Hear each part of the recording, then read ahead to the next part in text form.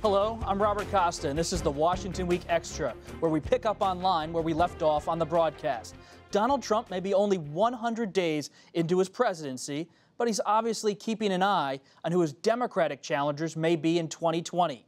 Here's what he told the audience at the NRA's annual meeting in Atlanta today.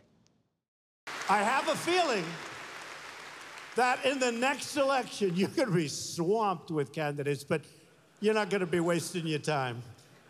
You'll have plenty of those Democrats coming over, and you're going to say, no, sir, no, thank you. No, ma'am, perhaps, ma'am. It may be Pocahontas. Remember that.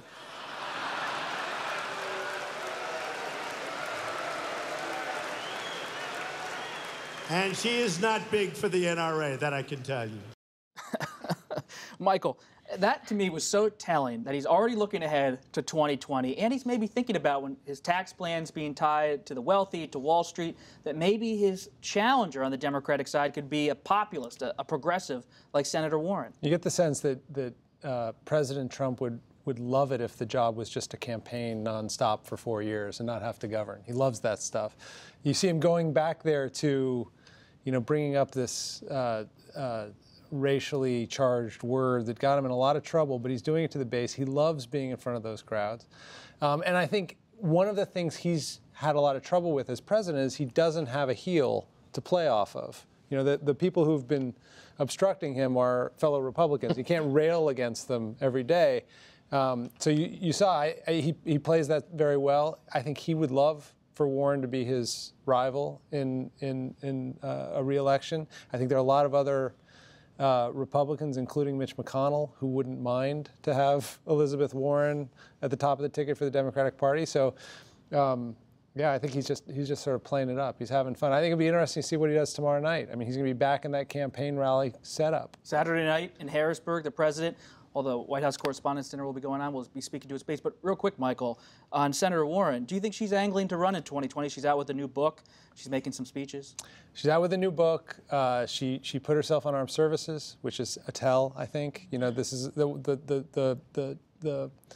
scuttlebutt on her when Hillary was looking at her was not only can I not trust her, but does she have foreign policy experience? And here she is spending the next 4 years working on that.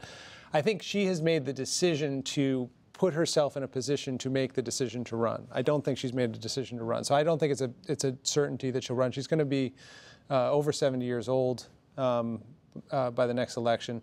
But if you look at the Democratic field right now, it's not one populated with a lot of young, fresh faces. It's hard to see exactly who is going to rise above the pack right now. And of that group, Elizabeth Warren is the one who could, by announcing, almost guarantee she'd raise almost $1 billion in small money. I mean, she has enormous following, a lot of base support. So she has a lot of advantages going into the primary. If she doesn't run, some of my sources on the Hill tell me they wouldn't mind seeing Senator Franken in Minnesota think about a run, that in terms of his celebrity status, being able to go after President Trump. While he was in Atlanta today, the president endorsed Georgia's former Secretary of State, Karen Handel, in the runoff election to fill Georgia's 6th congressional district House seat. Handel is running against first-time candidate Jon Ossoff. Jake, is this a surefire win for Republicans down in Georgia now that there's a runoff race? I was having breakfast with a top Republican today who says it's over. They're going to have to work at it and spend some money. But you were down there, and this district is changing. The suburbs of Atlanta are not, it's not, this Republican said to me, Georgia is not a ruby red state like Mississippi. I mean, I remember when we were down there this fall, I was in play. We thought it was in play for the presidential election. It wasn't in play. But this is one of those seats. Special elections are strange, and parties spend a lot of money to avoid getting embarrassed. Republicans are spending money in Montana, where there's a special election for Ryan Zinke's seat. And they, top party operatives say to me, better to spend a couple $100,000 or a couple $1 million to make sure we win this seat instead of being embarrassed and having the narrative turn against us. Are Democrats helping out Ossoff, and what's their strategy? Because if it's a more swing district or more traditionally Republican that leans a little bit more toward the center now, do you bring a Senator Warren in, or do you bring in a Bill Clinton? I would probably bring in Bill Clinton. I'm not sure. I'd bring in someone like Bill Clinton. I'm not sure I'd bring in Bill Clinton specifically. and frankly, to be honest with you, both parties have told me, both sides have told me, they don't want to nationalize this race. They want to localize it. And so it'll be interesting to see how they use Trump. Trump fundraised for Handel today in Atlanta while he was down there. probably raised her some big bucks. But Republicans say to me that one lesson they've learned is not to nationalize these races. Run these races locally. Keep them squarely focused on the district. Don't bring in big names. I mean, you saw Paul Ryan raise money for a lot of these Republican candidates, but you don't want to be tied to anybody. You want to run these as kind of discrete races. Some of these Democrats, though, when I was down there, they would love to nationalize it. Of course. There's this break in the Democratic Party. Some Democrats think if you run against Trump, you really get people out to vote. Others say it's a dangerous strategy. Turning to the first family, Ivanka Trump made her first official overseas trip as the president's advisor this week and found herself face-to-face with a less than friendly crowd. German Chancellor Angela Merkel invited the first daughter to Berlin to take part in an international summit on entrepreneurship, where she boasted about her father's support for paid family leave. Skeptics in the audience, however, hissed and booed. Ivanka also blamed the media for perpetuating a negative image of her father. Julie, is Ivanka's role something that's now at the center of this White House? And what does this trip tell us about her role in the next 100 days? Well, I think her role is really still very unclear. I mean, it's very clear that the White House wants the perception to be that she has a central role. She certainly is very ambitious and wants to be playing a prominent role in her father's administration, in part because of what she talked about in Berlin, that she sees herself as a moderating influence on him, someone he listens to, someone who can broaden his mind on key issues. She mentioned Syrian refugees in an interview she did while she was there. But, you know, the booing that she weathered while she was over there did kind of point up the contrast here between what she's saying she cares about and what Trump is actually doing. And I think that's going to continue to sort of bedevil them, because if they can't find a lane for her where she's actually able to show that she's got some influence on policymaking, it's not clear what she's doing there. Now, I was very impressed with how poised she was.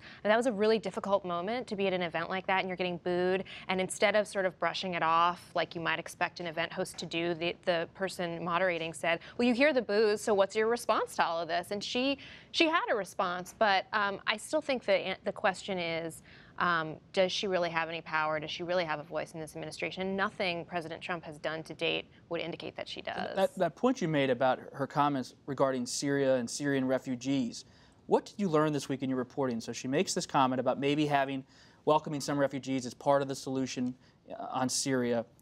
Was that taken seriously inside of the White House as the advice of a top advisor that should be heeded and considered, or was it just discarded by some of the senior officials? I think it was greeted with some degree of panic. Like, nobody really, I don't think that was a planned thing for her to come out and break with him on this issue, which he's been very aggressively, tough about. We're sealing the borders, no more refugees, and actually in the original version of the travel ban, it was a complete blockage on Syrian refugees in particular. They didn't expect her to say that. None of my reporting indicates that they're taking a second look at this issue now because of what Ivanka said. But now she has a stake in maybe pushing that issue because, again, she does want to show that she has a voice. She wants to be able to have an issue or two that she is really showing some movement on. So maybe this is it. It's difficult for me to imagine, given the way that Donald Trump has positioned himself on immigration in general and refugees in particular, that he's going to change course because of this. But never know with him.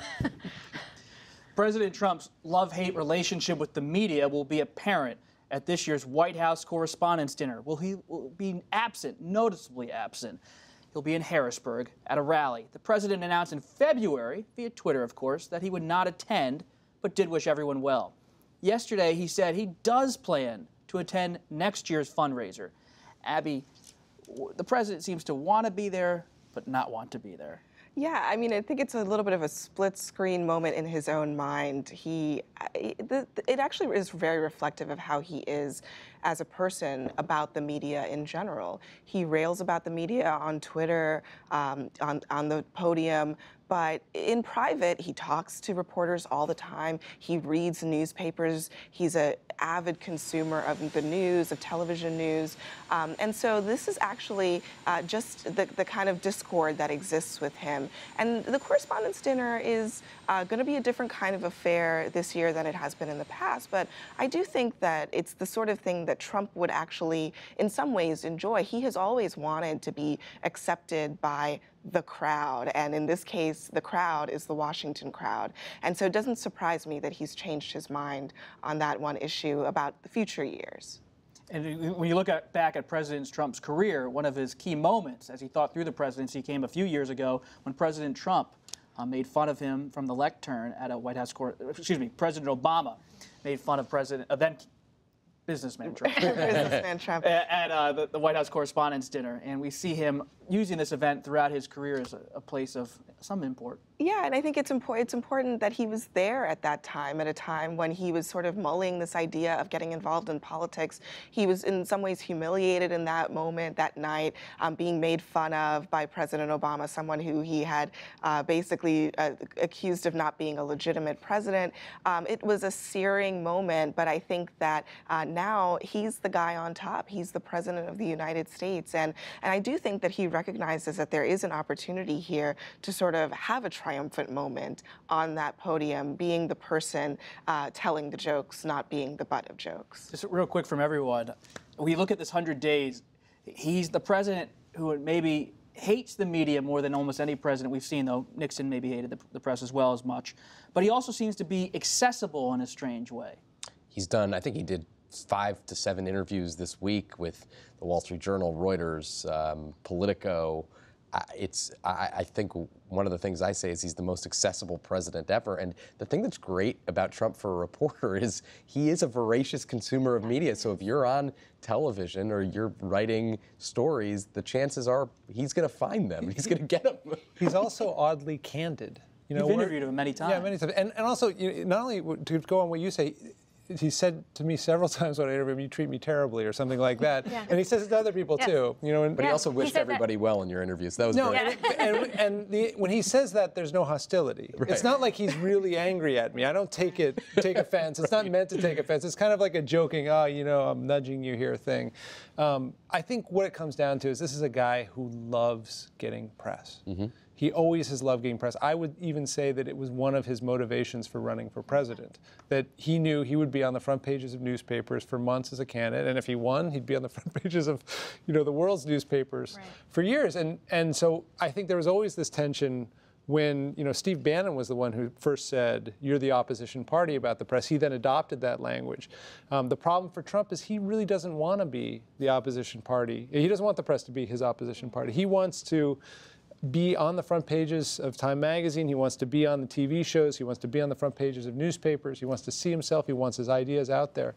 So it's a very odd. And he really wants to tell his own story. That's I mean, right. what's remarkable about this week is the degree to which he wanted to take the reins of how his 100-day story was told. So he did a lot of these interviews, really sort of wanting to frame a narrative around who he is and what he's done. Back in the day, the Washington Post, and during the campaign, wrote a story about how Trump, at times when he was a businessman, would impersonate his own PR person to call reporters and talk to them about whatever he wanted to talk to them about. This is someone who is perfectly comfortable being his own PR machine, and he's doing that as president, which is really remarkable. But it's also such a love-hate thing with him. I mean, he does love the coverage, and he loves the engagement. He's very much of he takes it in, and he wants you to take in what he's putting out. But he's thin-skinned, and so it is a love-hate thing. He wants to be adored, and he knows that the way to do that is to be out in public and having people see him and hear him and listen to his message. But when it doesn't turn out the way he wants it to, when the headlines are not good, when the interviews fall flat and people are like, "What was that about?" It angers him, and so that's, I think, part of the reason we see him out there as well, because he wants to push back. I think he seeks elite approval. That's the one thing he craves. He rails in the New York Times. Which is a weird thing for a populist. Right. But it really is that when he came to see the Times after a couple weeks after he was elected, he started out by saying, "You guys are really tough on me. Oh, it's so tough on me, and so you've said some really horrible things about me." And then he ended the session saying, "The Times is a great American jewel." And we thought, well, how is that the same person saying those two things? I think he really he wants to be accepted by by the establishment, and the You media call is it the part of outer that. borough, the outer borough syndrome, and Donald Trump always being the guy from Queens wanting to be accepted by the Manhattan folks. He's doing that again in Washington. We could play psychologists here all night. That's it for this edition of the Washington Week Extra. While you're online, you're just a click away from the Washington Weekly News Quiz. Check it out. I'm Robert Costa. We'll see you next time.